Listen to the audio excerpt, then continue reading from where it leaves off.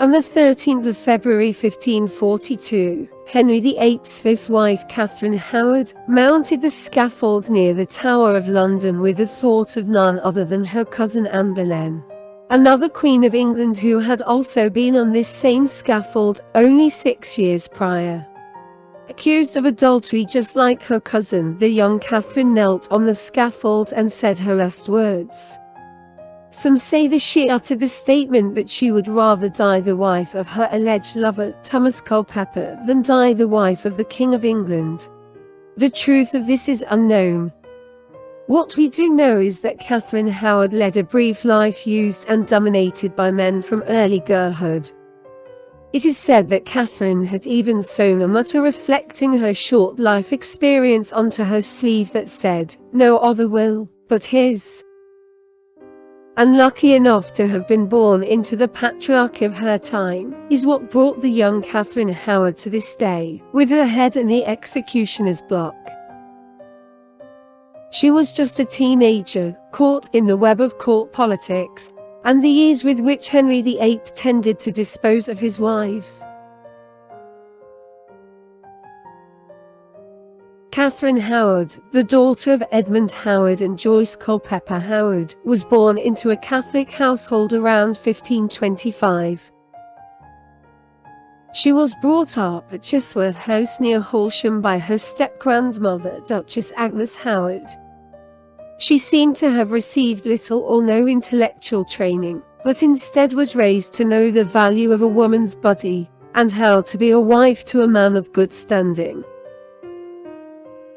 When she was around 12 years of age, Catherine's music teacher, Henry Manox, who was at least twice her age, tried to seduce her. She is reported to have spoke of the flattering and fair persuasions of Henry Manox. "Being but a young girl, I suffered him at sundry times to handle and touch the secret parts of my body." Later Manox confessed that he was attracted to Catherine but claimed the relationship was never consummated.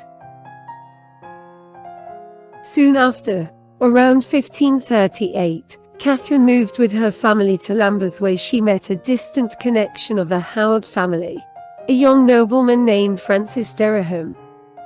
Francis was a handsome and dashing young man, who was a far more attractive prospective husband than the music teacher. Older now and sexually more mature, both Catherine and Dereham admitted during their lifetime that their relationship had been consummated, and, outside of the bedchamber, they made no secret of their attachment to one another. They often acted as though they were engaged. They even went as far as to call each other wife and husband, and while Dereham was eager to make their marriage official, Catherine was unwilling to settle for the first man who had bedded her. Their affair ended when Dereham moved to Ireland and Catherine attended the King's Court. Catherine's uncle, the Duke of Norfolk, had arranged for her to become a lady-in-waiting to Henry's fourth wife, Anne of Cleves. Catherine caught Henry's attention as soon as she entered court as a lady-in-waiting to the Queen who preceded her. His marriage to Anne of Cleves was to be a short one, and not as deadly as her predecessors, since their marriage ended in annulment based on Henry's inability to consummate the relationship. It was said that he just found Anne too ugly. Now 49 years old, Henry was growing older and fatter by the day, and when he met Catherine, he felt stuck in a marriage that made him miserable. Young and full of life, Catherine enchanted him. Nothing was too good for her, and her family were quick to encourage his affections and brush Catherine's past relationship with Dereham under the carpet. In August 1540, once rid of Anne of Cleves, Harry VIII married his fifth wife, Catherine Howard. She was only around 17 or 18 years of age at the time of the marriage. The king optimistically called his young and beautiful new wife his rose without thorns. Yet others in court felt otherwise. The marriage had brought with it the rise of the Howard family, proud family who made enemies easily, thus making Catherine an easy and public target of dislike. And Catherine herself, being young and not so well educated, made several mistakes of her own. She often quarreled with Henry's oldest daughter, the future Queen Mary I, who was older than her new stepmother by around 7 years. Plus, Catherine employed girls she'd known at Lambeth, who knew of her history with other men. Catherine also made the fatal decision of appointing her ex-lover Francis Dereham to private secretary and usher to her chamber. A decision that would come back to haunt her in the very near future.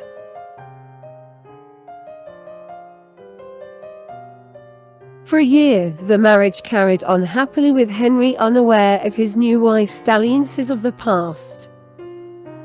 He was also unaware of her relationship with a gentleman of the Privy Chamber, Thomas Culpeper, who was known to be a favourite of the king. Culpeper was Catherine's cousin on her mother's side, and she had been fond of him since childhood. However, that fondness now developed into something far more deep. He was a handsome boy, and when he got older, he had a queue of female admirers.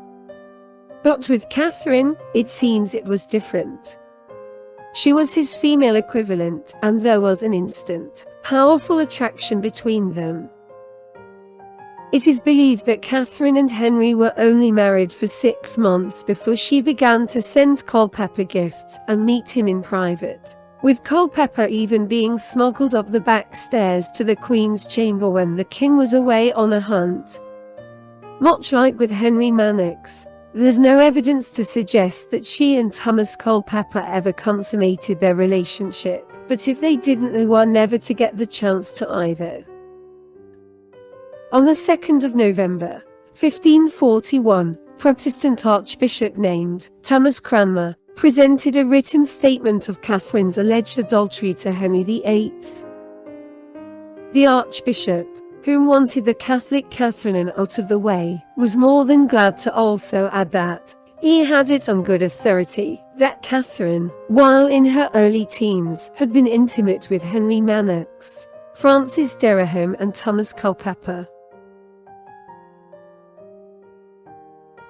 Unwilling to see his new bride as other than poor as a rose, the king demanded an investigation as he felt confident that Catherine was innocent. But both Henry Manox and Francis Dereham were imprisoned and tortured, such that the young bride's former sexual partners were unable or unwilling to defend her. Unwittingly, Catherine herself confessed to the Archbishop that she had slept with Dereham, though she claimed to have neither enjoyed nor consented to it. Catherine was brought to trial, during which a love letter she had addressed to Thomas Culpeper was used as evidence against her. But the nature of this correspondence has been brought into question by historians. It may be the case that, in the letter, Culpeper could have been trying to blackmail the Queen by threatening to expose her sexual past. Under torture, Culpeper claimed that he intended, and did want to do ill against the Queen.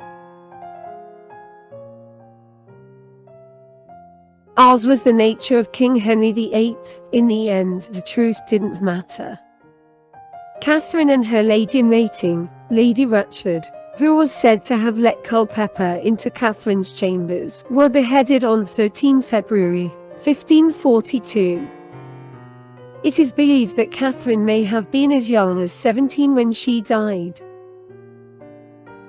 Afterwards, Catherine was buried in the Tower of London's parish church close to the body of her cousin, Anne Boleyn. Only the piano teacher Manox would escape with his life. Dereham and Culpeper were faced with a traitor's death, with Culpeper beheaded and Dereham hanged, drawn, and quartered soon after.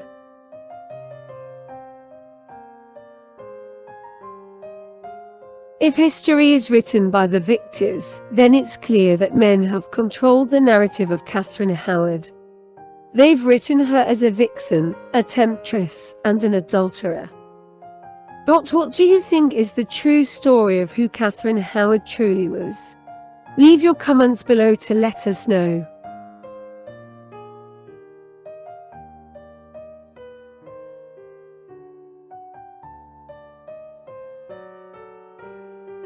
Thank you for watching. And please subscribe for more videos on the fabulous, fierce, and feisty women in history.